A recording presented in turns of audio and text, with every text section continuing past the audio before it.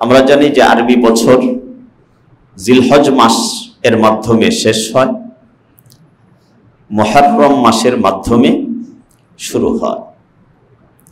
তো আমরা একটি হিজরি বর্ষকে পিছনে রেখে আরেকটা নতুন বর্ষে পা রাখলাম। আরবি চন্দ্র মাসের হিসাব এটা রাখা, এটা আমাদের জন্য বরকতের বিষয়। রাসূলুল্লাহ সাল্লাল্লাহু আলাইহি ওয়াসাল্লামের ওফাতের পরে খলিফাতুল মুসলিমিন হযরত উমর ইবনুল খাত্তাব রাদিয়াল্লাহু আনহু যখন মুসলমানদের খলিফা, তখন কুফা এবং ইরাকের গভর্নর ছিলেন আবু মুসা আশআরী রাদিয়াল্লাহু আনহু। খলিফাতুল মুসলিমিনের পক্ষ থেকে কুফার গভর্নর, বিভিন্ন জায়গার গভর্নর এবং দায়িত্বশীল যারা ছিলেন তাদের কাছে বিভিন্ন সময় চিঠি যেত। দেখা যেত যে ধারাবাহিকভাবে 2-3টা চিঠিও এক একজন গভর্নরের কাছে খলিফাতুল মুসলিমিনের পক্ষ থেকে পৌঁছত। তখনকার চিঠি পৌঁছানোর ব্যবস্থা এখনকার মতো এত উন্নত আধুনিক তো ছিল না।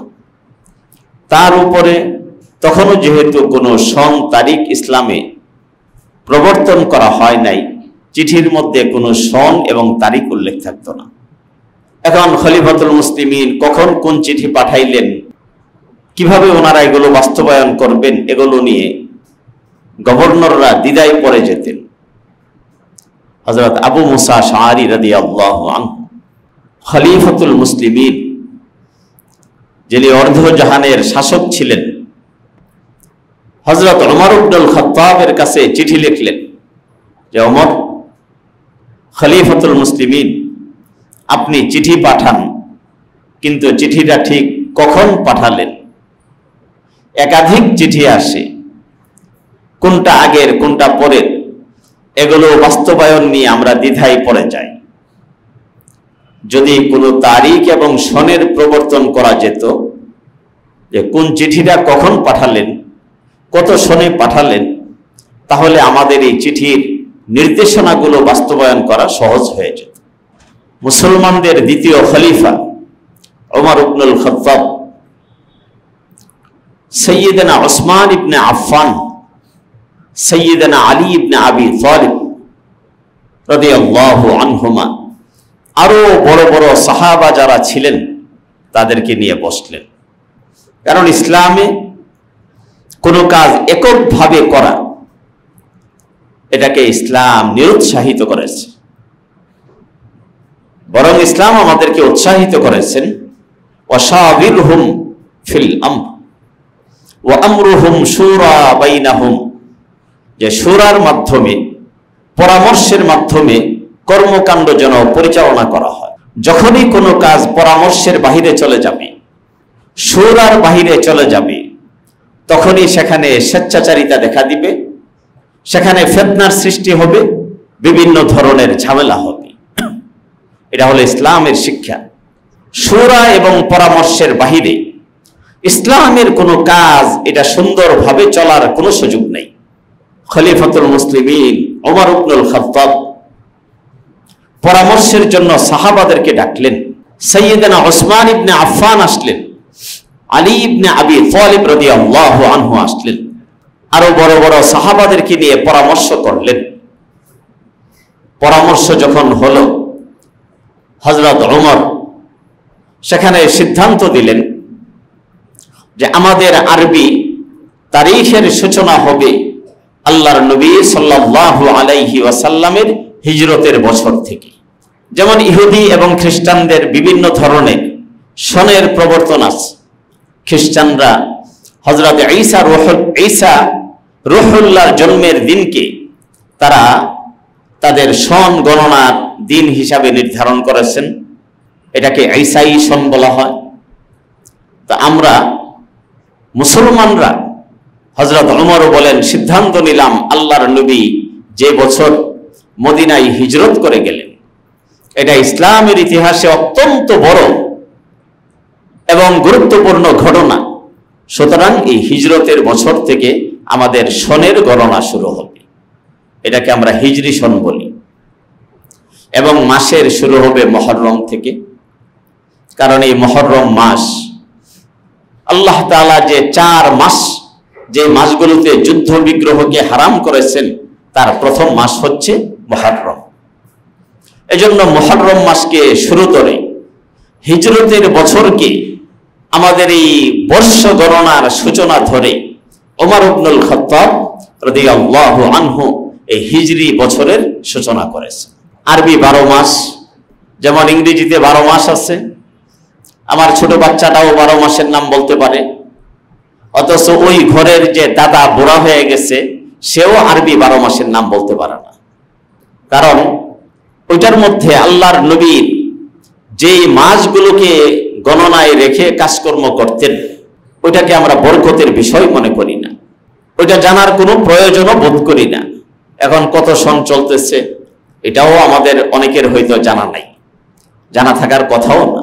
এজন্য হিজরি সনের সূচনা ওমর ইবনুল খাত্তাব রাদিয়াল্লাহু আনহু করেছেন। এজন্য একটা বছর গেল, আরেকটা বছর আসলো, এটা আমাদের জন্য একটা বড় শিক্ষা নিয়ে আসলো যে আমাদের জীবন থেকে আরেকটা বছর চলে গেল, আমার হায়াত থেকে একটা বছর কমে গেল, আমি মৃত্যুর দিকে আরো 1 বছর আগায় গেলাম। এই চিন্তাটা যেন আমরা করতে পারি, এজন্য একটা বছর গিয়ে আরেকটা বছর আমাদের সামনে হাজির হয়েছে।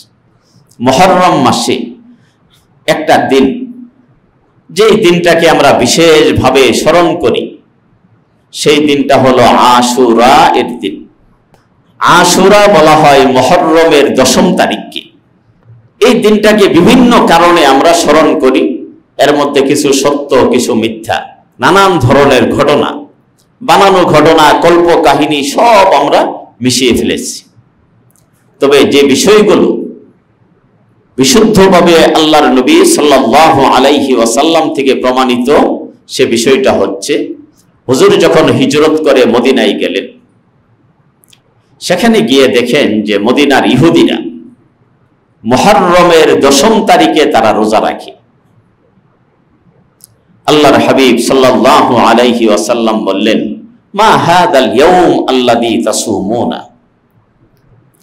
এটা কোন দিন, এই দিনের কি বিশেষত্ব তোমাদের কাছে যে কারণে তোমরা এই মুহররমের 10ম তারিখে রোজা রাখো? তারা জবাব দিলেন, হাদা ইয়াউমুন আযীম আনজাল্লাহু তাআলা ফীহি মূসা ওয়া কওমা, এটা হলো এক বিশাল দিন আমাদের ইতিহাসে। এই দিন আল্লাহ সুবহানাহু ওয়া তাআলা হযরত মূসা এবং তার কওমকে ফেরাউন এবং তার কওমের জুলুম অত্যাচার থেকে মুক্তি দিয়েছেন। ফেরাউন এবং তার কওম হযরত মূসা কালিমুল্লাহ এবং তার কওম বনি ইসরাইলের উপরে সীমাহীন জুলুম অত্যাচার করত। কোরআনে কারীমে তাদের এই জুলুম অত্যাচারের অনেক কাহিনী বর্ণিত হয়েছে। তার মধ্যে একটা বিষয় ছিল ইউযাব্বিহুনা আবনাআহুম ওয়া ইস্তাহয়ুনা নিসাআহুম, বনি ইসরাইলের ছেলেদেরকে তারা হত্যা করত, মেয়েদেরকে তারা জীবিত রাখত যেন তাদের দাসী হিসাবে তারা কাজ করাইতে পারে। এরকম জুলুম, এরকম অত্যাচার তারা করত। আমাদের এই দেশেও 47-এর আগে এই ধরনের জুলুম এবং অত্যাচারের শিকার আমরা হয়েছি। কোন হিন্দু জমিদারের বাড়ির সামনে দিয়ে কোন মুসলমান ছাতা খুলে হাঁটতে পারত না। এগুলো আমি আমাদের বাচ্চাদের কাছ থেকে শুনছি। ছাতা খুলে হাঁটতে পারত না, জুতা পায়ে দিয়ে হাঁটতে পারত না, এইটুক জিনিস হিন্দু জমিদাররা এটা বরদাস্ত করত না। এরকম জুলুম অত্যাচার লম্বা সময় আমাদের উপর দিয়ে গেছে। তারপরে দেশ ভাগ হলো, আমাদের পার্শ্ববর্তী দেশের মুসলমানরা এখনো একই ধরনের জুলুম অত্যাচারের শিকার। আমাদের দেশে এখন তারা আমাদের উপরে ওইভাবে জুলুম করতে না পারলেও বিগত 16-17 বছর প্রশাসনে ঘাপটি মেরে বসে থেকে এই হিন্দু কিছু অফিসার, বিশেষ করে পুলিশের তারা মুসলমানদের উপরে অনেক জুলুম অত্যাচার করেছে। এখন তারা উস্কানিমূলক কর্মকাণ্ড চালাইতেছে জায়গায় জায়গায়। আল্লাহ রাসূলকে গালি দেওয়ার দুঃসাহস তারা বাংলাদেশে বসে এখনো দেখাইতেছে। লালমনিরহাটের একবারে সাম্প্রতিকতম ঘটনা, এক শীল নরসুন্দর, সে শিলের দোকানে চুল কাটে আর আল্লাহর নবীকে গালিগালাজ করে, ইসলামকে নিয়ে কটাক্ষ করে। এই ধরনের কাজ এখনো তারা করছে। যখন ইরান ইসরায়েল যুদ্ধ হয়, আপনার ভারতের কিছু মিডিয়া হিন্দুদের সাক্ষাৎকার নিতেছিল, তো তারা বলতেছে, জিজ্ঞেস করতেছিল যে তোমরা কি ইসরায়েলের পক্ষে নাকি ইরানের পক্ষে নাকি তোমরা মানবতার পক্ষে? তারা বলতেছে যে আমরা ইসরায়েলের পক্ষে। একজন তো বলতেছে যে আমি তো মোছই কাটবো না যতক্ষণ পর্যন্ত মুসলমানদের অস্তিত্ব শেষ হবে না। তাদের রক্তের শিরায় শিরায় ইসলাম বিদ্বেষ, মুসলমান বিদ্বেষ, আমাদেরকে শেষ করার এক পাগলাটে নেশা তাদেরকে পেয়ে বসেছে, যেটা বনি ইসরাইলের ছিল, যে কিপ্তিদের ছিল, ফেরাউনের কওমের ছিল, যে বনি ইসরাইলকে তারা শেষ করে দিল। হযরত মুসা আলাইহিস সালাম আল্লাহর নির্দেশে তিনি সিদ্ধান্ত নিলেন যে না, আর এখানে থাকা যাবে না, লোহিত সাগর পাড়ি দিয়ে সাগরের ওই পারে চলে যাব, দেখি ফেরাউনের জুলুম অত্যাচার থেকে মুক্তি পাওয়া যায় কিনা। হযরত মুসা আলাইহিস সালাম তার কওমকে নিয়ে লোহিত সাগর পাড়ি দিবেন, সামনে সমুদ্র, পিছে ফেরাউনের লক্ষ লক্ষ সৈন্য। এখন কি হবে? হযরত মুসা আলাইহিস সালামের কওমের লোকেরা বলতেছেন, ইন্না হাহুনা লামুদরাকুন। মুসা, দেখছো পিছনে ফেরাউনের বাহিনীর লক্ষ লক্ষ সৈন্য, অস্ত্রে শস্ত্রে সজ্জিত, সামনে লোহিত সাগর, এই সাগর পানি দিতে পারবো না, তারা তো এখন আমাদেরকে ধরে ধরে হত্যা করবে। হযরত মুসা আলাইহিস সালাম বললেন, ভয় পেও না, ইন্না মাইয়া রব্বি সায়াহদিন, আমার সাথে আমার রব আছেন, তিনি অবশ্যই একটা উপায় বের করবেন। আল্লাহ সুবহানাহু ওয়া তাআলা হযরত মুসা আলাইহিস সালামকে আদেশ করলেন, ফাযরিব বিআসাকাল বাহরা। মুসা, তোমার হাতে তো লাঠি আছে, এই লাঠি দিয়ে তুমি সমুদ্রে আঘাত করো। দেখেন, সমুদ্র পাড়ি দিবেন হযরত মুসা এবং তার কওম, লাঠি দিয়ে যদি আঘাত করে, আকল বিবেক কি বলে যে সমুদ্রে লাঠির আঘাতে আরেকটু ঢেউ বাড়বে, আরেকটু নতুন তরঙ্গ সৃষ্টি হবে, এর বেশি তো কিছু হওয়ার কথা না। কিন্তু ঈমানের দাবি হলো, আল্লাহ যখন আদেশ করেন, এটা আমার বুঝে আসুক অথবা বুঝে না আসুক, আল্লাহর হুকুম বাস্তবায়ন করা মুমিন হিসাবে আমার দায়িত্ব। হযরত মুসা আলাইহিস সালাম লাঠি দ্বারা আঘাত করলেন, সমুদ্রের মধ্যে আল্লাহ সুবহানাহু ওয়া তাআলা 12টা রাস্তা বানায় দিয়েছেন। তো প্রশ্ন আসবে, 12টা কেন বানাইলেন? বনি ইসরাইল এরা 12 দলে বিভক্ত ছিল, 12টা গোত্রে। এক গোত্র যে রাস্তা দিয়ে চলতো, আরেক গোত্র সেই রাস্তা দিয়ে যেত না। এক দল যে ঘাটের পানি পান করত, আরেক দল সেখানে পানি পান করত না। এই বিভক্তির কারণে আবার কে আগে যাবে পিছনে যাবে মারামারি শুরু হয়ে যাবে। আল্লাহ তাআলা তার কুদরত দ্বারা 12টা রাস্তা বানায়া দিলেন, যে তোমরা 12 গোত্র 12 রাস্তা দিয়ে পার হয়ে চলে যাও। চলে গেলেন, দেখেন লাঠির আঘাতে রাস্তা হয়ে গেছে। তারপরে সমুদ্র পাড়ি দিয়ে গেলেন, পানির সংকট। এবার মুসা আলাইহিস সালাম আল্লাহর কাছে দোয়া করলেন। এবার আল্লাহ বলেন, লাঠি দ্বারা পাথরে আঘাত করো। আচ্ছা, বিবেক কি বলে? লাঠি দ্বারা পাথরে আঘাত করলে তো লাঠি ভাঙবে, পাথরের কিছু হবে না। মুসা আলাইহিস সালাম কোনো কিছু জিজ্ঞেস করলেন না কেন, কিন্তু আঘাত করলেন। আঘাত করার পরে 12টা ঝর্ণা জারি হয়ে গেল। এটা হলো পয়গম্বরদের শান, মুমিনদের শান, যেভাবে আল্লাহর হুকুম আসে সেভাবে মেনে নেওয়া।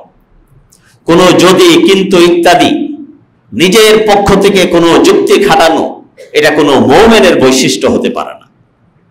তো হযরত মুসা তার কওমকে নিয়ে চলে গেলেন। ফেরাউন এবং তার কওম সমুদ্রের কাছে চলে আসবে। এসে দেখে যে 12টা রাস্তা। তারা বড় উৎসাহের সাথে ভিতরে ঢুকে গেল। আল্লাহ সুবহানাহু ওয়া তাআলা সমুদ্রকে নির্দেশ দিলেন, তোমরা রাস্তা বন্ধ করে পানিগুলো একত্রিত হয়ে যাও। সব পানি একত্রিত হয়ে গেল লোহিত সাগরে। তারা পানির ভিতরে ডুবে গেল। ফেরাউন এবং তার কওমের প্রত্যেকটা সদস্য সাথে সাথে সেখানে শেষ হয়ে গেল। এই যে ঘটনা, সেখানে আল্লাহ তাআলা সে ঘটনা কোরআনে বলেছেন, ফাআগরাকনাহু ফিল ইয়াম। সমুদ্রের উত্তাল সেই ঢেউয়ের মধ্যে, বিশাল জলরাশিতে আমি ফেরাউনকে ডুবিয়েছি, তার কওমকে ডুবিয়েছি, সবার সমাপ্তি সেখানে আমি ঘটাইয়া দিয়েছি। দেখেন, সেখানেও ফেরাউন মৃত্যুর একেবারে যখন কাছাকাছি ঈমান আনার চেষ্টা করেছিল, সে বলতেছিল, আমানতু বিরব্বি মূসা ওয়া হারুন, আমি মূসা এবং হারুনের রবের উপর ঈমান আনলাম। কিন্তু আল্লাহ তাআলা তার ঈমানকে কবুল করেন নাই, কারণ সে মৃত্যুর মুখোমুখি হয়ে মালাকুল মউত হযরত আজরাইলকে দেখে তারপরে সে ঈমান আনার সিদ্ধান্ত নিয়েছিল। আর যখন মৃত্যু কারোর সামনে হাজির হয়ে যায়, তখন তার ঈমান আল্লাহর কাছে গ্রহণযোগ্য হয় না। এই যে ঘটনা আল্লাহ ঘটাইলেন, যে মুসা আলাইহিস সালামকে মুক্তি দিলেন, তার কওমকে মুক্তি দিলেন, ফেরাউন এবং তার কওমকে আল্লাহ ডুবাইয়া দিলেন, এই ঘটনার শুকরিয়া হিসাবে, কৃতজ্ঞতা হিসাবে আমরা মুহররমের 10ম তারিখে রোজা রাখি। এটা হলো ইহুদিদের ঘটনা। হুজুর সাল্লাল্লাহু আলাইহি ওয়াসাল্লাম বললেন, ফানাহনু আহাক্কু বিমূসা মিনকুম, আরে মুসা আলাইহিস সালামের সাথে তোমাদের চেয়ে আমার সম্পর্ক অনেক বেশি। কারণ প্রকৃত অর্থে মুসা আলাইহিস সালামের অনুসরণ তো মুসলমানরা করছেন। কারণ মুসা আলাইহিস সালাম তো ভবিষ্যৎবাণী করে গেছেন, আমার পরে একজন পয়গম্বর আসবেন, যিনি আখিরি জামানার সর্বশেষ পয়গম্বর হবেন, তোমরা ওই পয়গম্বরের অনুসরণ করো। ইহুদিরা করে নাই, সেটা আমরা করছি। হযরত মুসা আলাইহিস সালাম বললেন আমরা, হুজুর সাল্লাল্লাহু আলাইহি ওয়াসাল্লাম বললেন আমরা মুসার অধিক নিকটবর্তী, অধিক ঘনিষ্ঠ। সুতরাং মুসা আলাইহিস সালামের এই ঘটনায় আমাদের শুকরিয়া বেশি হবে। তিনি বললেন, ওয়া আমারা বিসিয়ামিহি, উম্মতকে আদেশ দিলেন তোমরা আশুরার রোজা রাখো। এই ঘটনা সহিহ মুসলিমে এসেছে, হাদিসের আরো অনেক কিতাবে এসেছে। হুজুর সাল্লাল্লাহু আলাইহি ওয়াসাল্লাম রোজা রাখতে বললেন, তবে ইহুদিরা রোজা রাখে মুহররমের 10ম তারিখে। আমরাও যদি শুধু 10ম তারিখে রোজা রাখি, তাহলে ইহুদিদের সাথে আমাদের আমলের একটু মিল হয়ে যায়।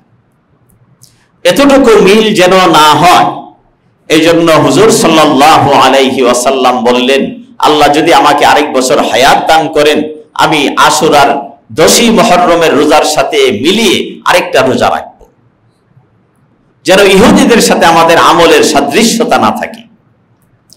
আরেক মুহররম আসার আগে আল্লাহর হাবিবের ইন্তেকাল হয়ে গেছে, কিন্তু সেই আদেশটা আমাদের জন্য রয়ে গেছে। এই জন্য আশুরা মুহররমের 10ম তারিখে আমরা রোজা রাখব, এবং তার আগে অথবা পরে আরেকদিন মিলিয়ে আমরা রোজা রাখব। হয় 9ই মুহররম, 10ই মুহররম, অথবা 10ই মুহররম, 11ই মুহররম আমরা রোজা রাখব। সম্ভবত 6ই জুলাই আপনার আশুরার দিন হয়, আপনারা তারিখটা একটু ভালো করে দেখে নেবেন। তো এই 2 দিন আমরা ইনশাআল্লাহ রোজা রাখবো। আল্লাহর হাবিব রেখেছেন, সাহাবায়ে কেরাম রেখেছেন, এতে আল্লাহর প্রতি আমাদের কৃতজ্ঞতা প্রকাশ পাবে। এই কৃতজ্ঞতা প্রকাশার্থে এই রোজাটা আমরা রাখব। দ্বিতীয়ত, এই রোজার লাভ কি? বুখারী শরীফ সহ হাদিসের অনেক কিতাবে রোজার ফজিলত সম্বন্ধে এসেছে। আল্লাহর হাবিব সাল্লাল্লাহু আলাইহি ওয়াসাল্লাম বলেন, ইন্নী আহতাসিবু আলাল্লাহ আন ইউকাফিরাস সানাতা, আমি আল্লাহর কাছে আশাবাদী, কেউ যদি আশুরার রোজা রাখে, এই রোজার বরকতে আল্লাহ সুবহানাহু ওয়া তাআলা তার 1 বছরের গুনাহ মাফ করে দিবেন। তাহলে একদিন রোজা রাখলেন, আর যদি সাথে আরেক দিন মিলিয়ে রাখেন, এই দুইটা রোজার কারণে আল্লাহ সুবহানাহু ওয়া তাআলা 1 বছরের যত সগীরা গুনাহ আমার দ্বারা হয়েছে, সকল সগীরা গুনাহ আল্লাহ সুবহানাহু ওয়া তাআলা মাফ করে দিবেন। এজন্য আশুরার এই রোজাটাকে আমরা সর্বোচ্চ গুরুত্ব দিব। এটা ফরজ না, এটা ওয়াজিব না, কিন্তু ফজিলতপূর্ণ রোজা। এই রোজা রাখলে আল্লাহর কাছে অনেক ফজিলত পাওয়া যাবে। এজন্য এই রোজাটা আমরা রাখার সর্বোচ্চ চেষ্টা করব। আল্লাহ আমাদেরকে তৌফিক দান করুন। তারপরে এই মুহররম মাসের আরেকটা গুরুত্বপূর্ণ বিষয়, সেটা হলো হযরত হুসাইন রাদিয়াল্লাহু আনহুর শাহাদাত। দেখেন, আশুরার যে এত ফজিলত, এটা এই জন্য না যে এই দিনে হযরত হুসাইন শাহাদত বরণ করেছেন, কারণ ফজিলত তো হুসাইনের শাহাদতের আগেই আল্লাহ রাসূল বর্ণনা করেছেন। তবে এটা হলো একটা বড় বিস্ময়কর ঘটনা যে এমন ফজিলতপূর্ণ দিনকে আল্লাহ তাআলা হযরত হুসাইনের শাহাদতের জন্য নির্বাচন করেছেন। এটা হলো বড় বিস্ময়কর বিষয়। এই প্রসঙ্গে খুব সংক্ষেপে কয়েকটা কথা আপনাদেরকে বলবো। হযরত আবু হুরায়রা রাদিয়াল্লাহু আনহু দোয়া করতেন, আল্লাহুম্মা ইন্নী আউযু বিকা মিন রাকসিস সিদ্দিন ওয়া ইমারাতিস সিবয়ান। আল্লাহ, 60 হিজরির শুরুতে যে ফিতনার জন্ম হবে, এই ফিতনা থেকে আমি আপনার কাছে আশ্রয় চাই। 60 হিজরিতে, 60 হিজরির ফিতনা থেকে আপনার আশ্রয় চাই। ওয়া ইমারাতিস সিবয়ান, এবং শিশুদের নেতৃত্ব থেকে, বাচ্চাদের নেতৃত্ব, যুবকদের নেতৃত্ব, এগুলো থেকে আল্লাহ আপনার কাছে আমি আশ্রয় চাই। এই দোয়াটা হযরত আবু হুরায়রা খুব বেশি করতেন। ইতিহাস দেখা গেল যে 60তম হিজরি সনে ইয়াজিদ ইবনে মুআবিয়া শাসন ক্ষমতায় অধিষ্ঠিত হয়। সবাই বুঝতে পেরেছেন যে হযরত আবু হুরায়রা কোন দোয়াটা করতেন। আর এই দোয়া যে তিনি করতেন, আল্লাহ রাসূল থেকে ইঙ্গিত পেয়েছেন যে 60তম হিজরি সনে কোনো একটা বড় ফিতনা সংঘটিত হবে। এজন্য উনি দোয়া করতেন, আল্লাহুম্মা ইন্নী আউযু বিকা মিন রাসিস সিদ্দিন। 60তম হিজরির সেই ফিতনা থেকে আল্লাহ আপনার আশ্রয় চাই। আর 60 হিজরিতে ইয়াজিদ ইবনে মুআবিয়া শাসন ক্ষমতায় অধিষ্ঠিত হয়। আরেকটা কথা বলছেন, ওয়া ইমারাতিস সিবয়ান, এবং শিশুদের, বাচ্চাদের নেতৃত্ব থেকে আল্লাহ আপনার কাছে আশ্রয় চাই। এটা কইলে আবার অনেকে রাগ হয়ে যাবেন যে বাচ্চাদের নেতৃত্ব নিয়ে কথা বলা যাবে না। কারণ ইয়াজিদ ইবনে মুআবিয়া যখন শাসন ক্ষমতায় অধিষ্ঠিত হয়, সম্ভবত তার বয়স তখন ছিল 36 বছর। 40 বছরের আগে মানুষের বুঝ বুদ্ধির পরিপক্কতা আসে না। জ্ঞান বুদ্ধি অনেক হইতে পারে, অনেক সুন্দর কথাবার্তা বলতে পারে, কিন্তু মানুষের বুঝ বুদ্ধির পরিপক্কতা আসার জন্য 40 বছরের প্রয়োজন হয়। এই জন্য আল্লাহ তাআলা 40 বছরের আগে দুনিয়াতে কোনো নবী, কোনো পয়গম্বর পাঠান নাই। এজন্য হাদিসে এই শিশু এবং বাচ্চাদের নেতৃত্বকে ফিতনা বলা হয়েছে। হাদিসে আসছে যে ইমারাতিস সিবয়ান, শিশুদের নেতৃত্ব কিয়ামতের আগে দুনিয়াতে আসবে। এই নেতৃত্ব উম্মতের জন্য ফিতনা হিসাবে দেখা দিবে। তো আল্লাহর হাবিবের সাহাবা দোয়া করলেন যে এই 60 হিজরির এই ফিতনা থেকে আপনার আশ্রয় চাই, আর এই শিশুদের নেতৃত্ব থেকে আপনার কাছে আশ্রয় চাই। 60 হিজরিতে ইয়াজিদ খেলাফতের আসনে অধিষ্ঠিত হয়। আমরা ইয়াজিদের ব্যাপারে অনেক কথা জানি। আমাদের লামাযাবি ভাইয়েরা তো বলেন যে ইয়াজিদ অত্যন্ত ভালো মানুষ ছিলেন, তার খুব প্রশংসা করেন। আবার আমাদের আরেকটা গ্রুপ আছে যাদেরকে আমরা ওই যে মাইজ ভান্ডার ইত্যাদি বলি, তারা ইয়াজিদকে এত খারাপ বলে, যে ইয়াজিদকে কাফির বলতেও তারা দ্বিধা করে না। আমরা এই দুই গ্রুপের মাঝামাঝি আমরা অবস্থান করি। আমরা ইয়াজিদকে কোনো মহামানবও বলি না, আবার ইয়াজিদকে কাফিরও বলি না। ইয়াজিদের ব্যাপারে মূল্যায়নটা হলো যে ইয়াজিদ যখন খেলাফতের আসনে অধিষ্ঠিত হন, তার আগ পর্যন্ত ইয়াজিদের জীবনে সে অনেক গুরুত্বপূর্ণ কাজ, অনেক দামি দামি কাজ তার দ্বারা সংগঠিত হয়েছে। হুজুর সাল্লাল্লাহু আলাইহি ওয়াসাল্লাম একটা জিহাদের ব্যাপারে ভবিষ্যৎবাণী করলেন।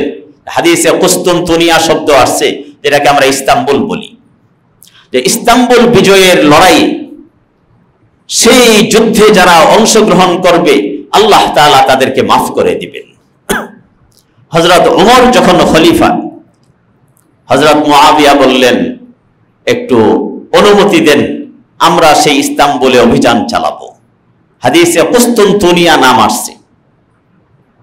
ওমর বললেন, এই অভিযান অত্যন্ত জটিল, অনেক সাহাবাদের সেখানে শাহাদত বরণ করতে হবে, যাওয়া যাবে না।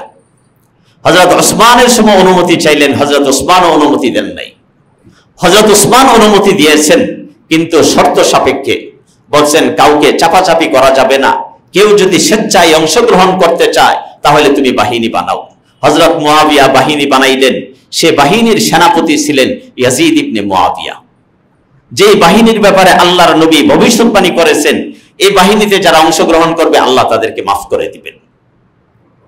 সেই বাহিনীর সেনাপতি হলেন ইয়াজিদ ইবনে মুআবিয়া। সে বাহিনীর সাধারণ সৈনিক হিসাবে অংশগ্রহণ করেছেন কারা? হযরত আবু আইয়ুব আনসারী রাদিয়াল্লাহু আনহু। আবু আইয়ুব আনসারী আল্লাহর রাস্তায় জিহাদে অংশগ্রহণ করার জন্য 99 বছর বয়সে, একেবারে বৃদ্ধ, সেই বয়সেও জিহাদ ফি সাবিলিল্লাহ, আল্লাহর রাস্তার জিহাদে অংশগ্রহণের জন্য তিনি রওনা হয়ে গেছেন।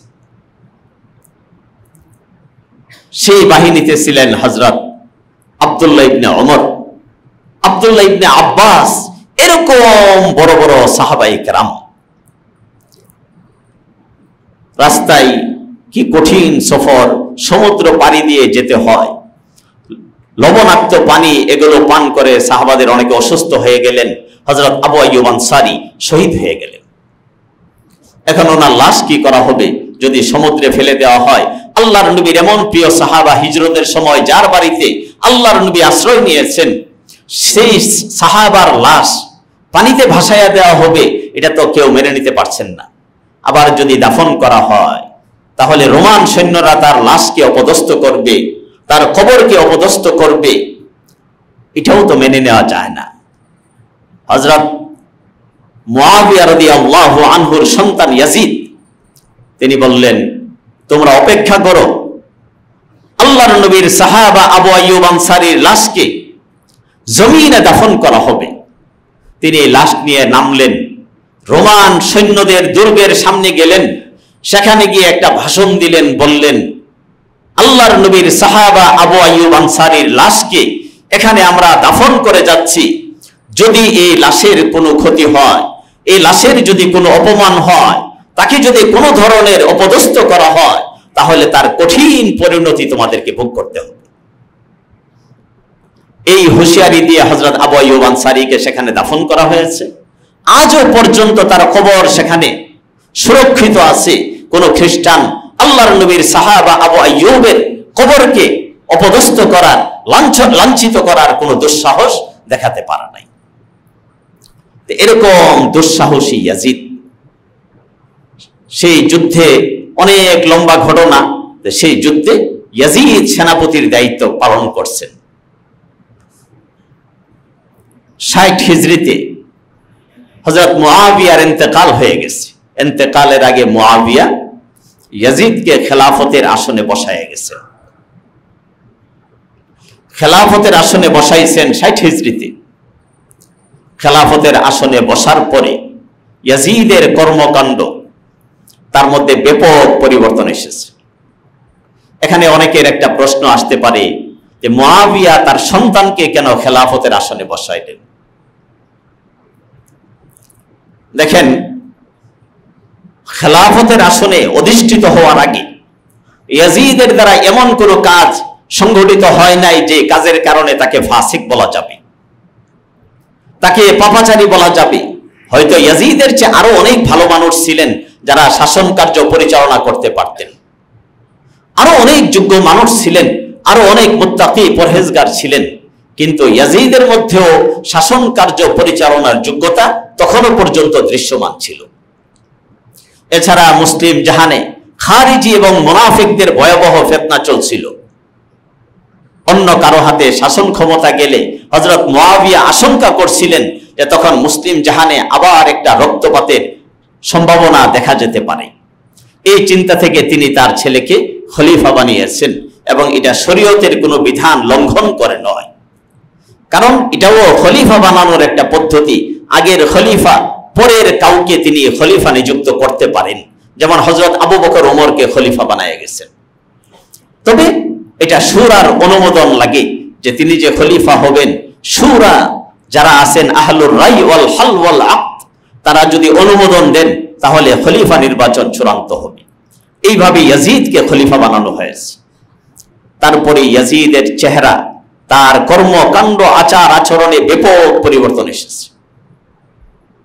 তখন সে জালিমের ভূমিকায় অবতীর্ণ হয়েছে, তার ব্যক্তিগত চরিত্র এবং আখলাকি অধঃপতন এসেছে। হযরত হুসাইন রাদিয়াল্লাহু আনহু, আব্দুল্লাহ ইবনে জুবাইর রাদিয়াল্লাহু আনহু, জান্নাতুল মুআল্লাতে হযরত আব্দুল্লাহ ইবনে জুবাইরের সেই কবর এখনো আছে। আর হযরত হুসাইনকে ঠিক কোথায় দাফন করা হয়েছে তার ইতিহাস একেবারে নিশ্চিতভাবে জানা যায় না। আমরা মনে করি কুফায়, কেউ কেউ বলেন মিশরে। আসলে হযরত হুসাইন মিশর, কুফা কোনো এক জায়গায় তার এই ছিন্ন ভিন্ন দেহকে দাফন করা হয়েছে। তো তাদেরকে বাইআতের জন্য, আনুগত্যের জন্য ডাকা হলো। হযরত হুসাইন রাজি হন নাই, বলছেন আমাকে সময় দিতে হবে। কারণ যখন কোনো শাসক আল্লাহর দ্বীন এবং শরীয়ত থেকে বিচ্যুত হয়ে যায়, দ্বীন ও ঈমান থেকে বিচ্যুত হয়ে যায়, জালেম এবং অত্যাচারীর ভূমিকায় অবতীর্ণ হয়, তখন মুসলমানদের দায়িত্ব হচ্ছে এই শাসকের বিরুদ্ধে কথা বলা, এই শাসন ব্যবস্থা পরিবর্তনের জন্য চেষ্টা করা। এটা হলো মুসলমানের দায়িত্ব। অনেকে নীরবতা অবলম্বন করলেও হযরত হুসাইন, হযরত আব্দুল্লাহ ইবনে জুবাইর ওনারা নীরবতা অবলম্বন করেন নাই। কারণ আল্লাহর নবীর হাদিস, মান রাআ মিনকুম মুনকারা ফালইউগাইয়িরহু বিয়াদি, অন্যায় কাজ দেখলে হাত দ্বারা চেষ্টা চালাও, শক্তি প্রয়োগ করো, যদি সম্ভব না হয় মুখ দ্বারা প্রতিবাদ করো, সম্ভব যদি না হয় অন্তত অন্তর দ্বারা ঘৃণা করো। এটাও যদি না করতে পারো, বোঝা যাবে তোমার ঈমান সবচেয়ে দুর্বলতম স্থানে আছে। এটা হলো সবচেয়ে দুর্বল, এর নিচে গেলে মনে হবে যার ঈমান নাই। এটা হলো ঈমানের নিম্নতর স্তর। হযরত হুসাইন চিন্তা করলেন এই জুলুম, অবিচার, অন্যায় এবং কোরআন এবং সুন্নাহ পরিপন্থী এই শাসন ব্যবস্থা, এটাকে যদি মেনে নেওয়া হয় তাহলে অদূর ভবিষ্যতে কোরআন সুন্নাহর শাসন খিলাফত আলা মিনহাজিন নবুওয়া আল্লাহর জমিন থেকে বিদায় গ্রহণ করবে। তিনি শক্ত অবস্থান নিলেন এবং আমাদের জন্য একটা শিক্ষা রেখে গেলেন, যখনই অন্যায় হবে, অবিচার হবে, জুলুম হবে, প্রতিবাদ করা, এটা যেমন আল্লাহর নবীর সুন্নত, সাহাবায়ে কেরামের সুন্নত, এটা হযরত হুসাইনের সুন্নত। একবার পাকিস্তান আমলে জন্ম নিয়ন্ত্রণ, যখন খুব জোরে সোরে জন্ম নিয়ন্ত্রণের কর্মসূচি শুরু হয়েছে, শামসুল হক ফরিদপুরি রহমাতুল্লাহ আলাইহি, যাকে আমরা সদর সাহেব হুজুর হিসেবে চিনি, তিনি এই জন্ম নিয়ন্ত্রণের এই পদ্ধতির বিরুদ্ধে শক্ত অবস্থান নিলেন। এটার বিরুদ্ধে উনি লিফলেট প্রচার করলেন এবং সেই লিফলেটে লেখা ছিল, যদি আল্লাহ কখনো আমাদেরকে ক্ষমতা দেন, প্রথম দিন শাসন ক্ষমতা গ্রহণ করে আমি শামসুল হক ফরিদপুরি এই ব্যবস্থাকে এই জমিন থেকে বিলুপ্ত করে দিব। এতদিন তো বুঝে আসতো না কেন আলেমরা বিরোধিতা করছে। যখন আপনার জাপান, রাশিয়া, ইউরোপ এগুলোর দিকে দেখেন, এখন ওরা টাকা পয়সা খরচ করেও আর জনগণ বাড়াইতে পারছে না। টাকা পয়সা খরচ করতেছে, বিলিয়ন বিলিয়ন ডলার ব্যয় করতেছে, কিন্তু জনগণ আর বাড়ে না, দিন দিন কমতেছে। তারা এখন শঙ্কিত। তখন শামসুল হক ফরিদপুরি রহমাতুল্লাহ আলাইকে পুলিশের একজন ঊর্ধ্বতন কর্মকর্তা ওনাকে বললেন, হুজুর, আপনি যেগুলো করতেছেন আপনি জানেন সামরিক শাসন চলছে, সামরিক শাসক এর কোন ফরমানের বিরোধিতা করলে 14 বছরের জেল হয়। আপনার এই কর্মকাণ্ডের কারণে আমি যদি নাও চাই, আমি তো সরকারের কর্মচারী, সরকারের নির্দেশ আমাকে বাস্তবায়ন করতে হয়, আপনাকে 14 বছরের জন্য জেলে ঢুকাতে হবে। তা আমরা হইলে কি করতাম? 14 বছর জেল ভয়ে তো গর্তে ঢুকে যেতাম।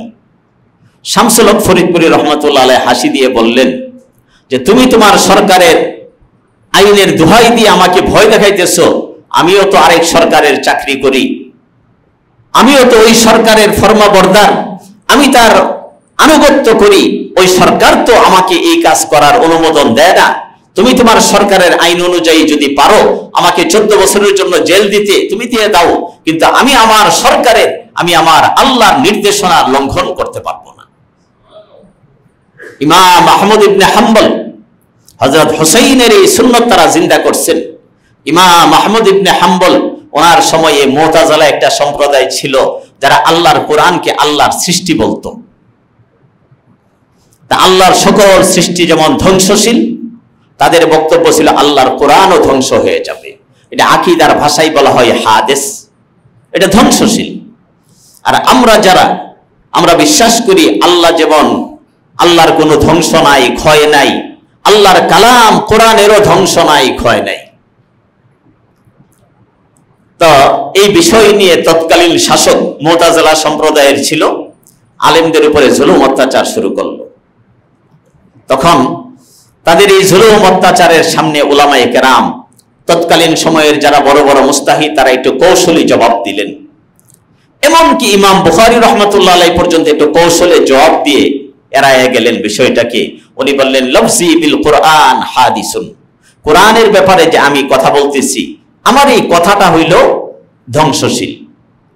তো একটু বইলা কোরআন হাদিস, কোরআন ধ্বংসশীল, এটা উনি বলেন নাই, কিন্তু একটু কৌশলে জবাব দিয়ে তিনি জান বাঁচাইলেন। বড় বড় মুহাদ্দিস ওনারাও জান বাঁচাইলেন। ইমাম আহমদ ইবনে হাম্বল চিন্তা করলেন, এভাবে যদি আমিও জান বাঁচাই তাহলে এই সত্যের পতাকা, সত্যের ঝান্ডা কে ধরবে? ইমাম আহমদ ইবনে হাম্বল রাহমাতুল্লাহ আলাইহি উনি দাঁড়াইলেন, বললেন, আল কুরআনু কালামুল্লাহি কাদীমুন লা হাদিসুন, কোরআন আল্লাহর কালাম, আল্লাহর কথা। আল্লাহ যেমন ধ্বংসশীল না, চিরস্থায়ী, আল্লাহর কালামও চিরস্থায়ী। এই কথা বলার পরে ওনাকে জেলে নেওয়া হলো। প্রতিদিন 100 করে বেত্রাঘাত করা হতো। সীমাহীন জুলুম অত্যাচার করে ইমাম আহমদ ইবনে হাম্বলকে শেষ করে দেওয়া হয়েছে। কিন্তু সত্যের পথ থেকে উনি এক চুল বিচ্যুত হন নাই। আল্লাহর হাবিব বলছেন, লা তাজালু তাইফাতুম মিন উম্মতি মানসুরিনা আলাল হক, কিয়ামত পর্যন্ত একটা দল কোথাও না কোথাও পৃথিবীর কোনো না কোনো অঞ্চলে আল্লাহ তাআলা হকের উপরে রাখবেন, যারা হক থেকে বিচ্যুত হবেন না। যেমন সেই যুগে ছিলেন ইমাম আহমদ ইবনে হাম্বল। আমরা কিছুদিন আগে সেই দেখছি শামসুল হক ফরিদপুরি রহমাতুল্লাহ আলাইহি এভাবে কিয়ামত পর্যন্ত হক কথা বলার জন্য আল্লাহ তাআলা কোনো না কোনো মানুষকে এই দুনিয়াতে রাখবেন, এবং এটা হলো ঈমানের বড় গুরুত্বপূর্ণ দায়িত্ব। হযরত ইয়াজিদ ইবনে হুসাইন রাদিয়াল্লাহু আনহু সেই দায়িত্ব পালন করেছেন। এখান থেকে আমাদের যে মৌলিক যে শিক্ষাটা, সেটা হলো যদি অন্যায় হয়, কোনো জায়গায় কোরআন এবং সুন্নাহ বিরোধী কোনো কাজ হয়, তাহলে যদি আপনি নীরবতা অবলম্বন করেন, আপনি হুসাইনের কাফেলার অন্তর্ভুক্ত হতে পারবেন না। প্রত্যেকটা মুসলিমের দায়িত্ব, যেখানে অন্যায় হবে, অবিচার হবে, কোনো হিকমতের দোহাই দিয়ে, কৌশলের দোহাই দিয়ে আপনি নীরব থাকবেন, আপনি হযরত হুসাইনের সেই চেতনা থেকে বিচ্যুত হয়ে যাবেন। অন্যায় হবে, প্রতিবাদ হবে, জুলুম হবে, প্রতিবাদ হবে, অবিচার হবে, প্রতিবাদ হবে, কোরআন সুন্নাহ বিরোধী কাজ হবে, সেখানে প্রতিবাদ হবে। এটাই হলো হযরত হুসাইনের চেতনা। সেই চেতনাটা গ্রহণ করা, এটাই হলো আশুরার মূল বিষয়। আল্লাহ তাআলা আমাদেরকে কথাগুলো বোঝার তৌফিক দান করুন। আমিন ওয়া আখিরু দাওয়ানা আলহামদুলিল্লাহি রাব্বিল আলামিন।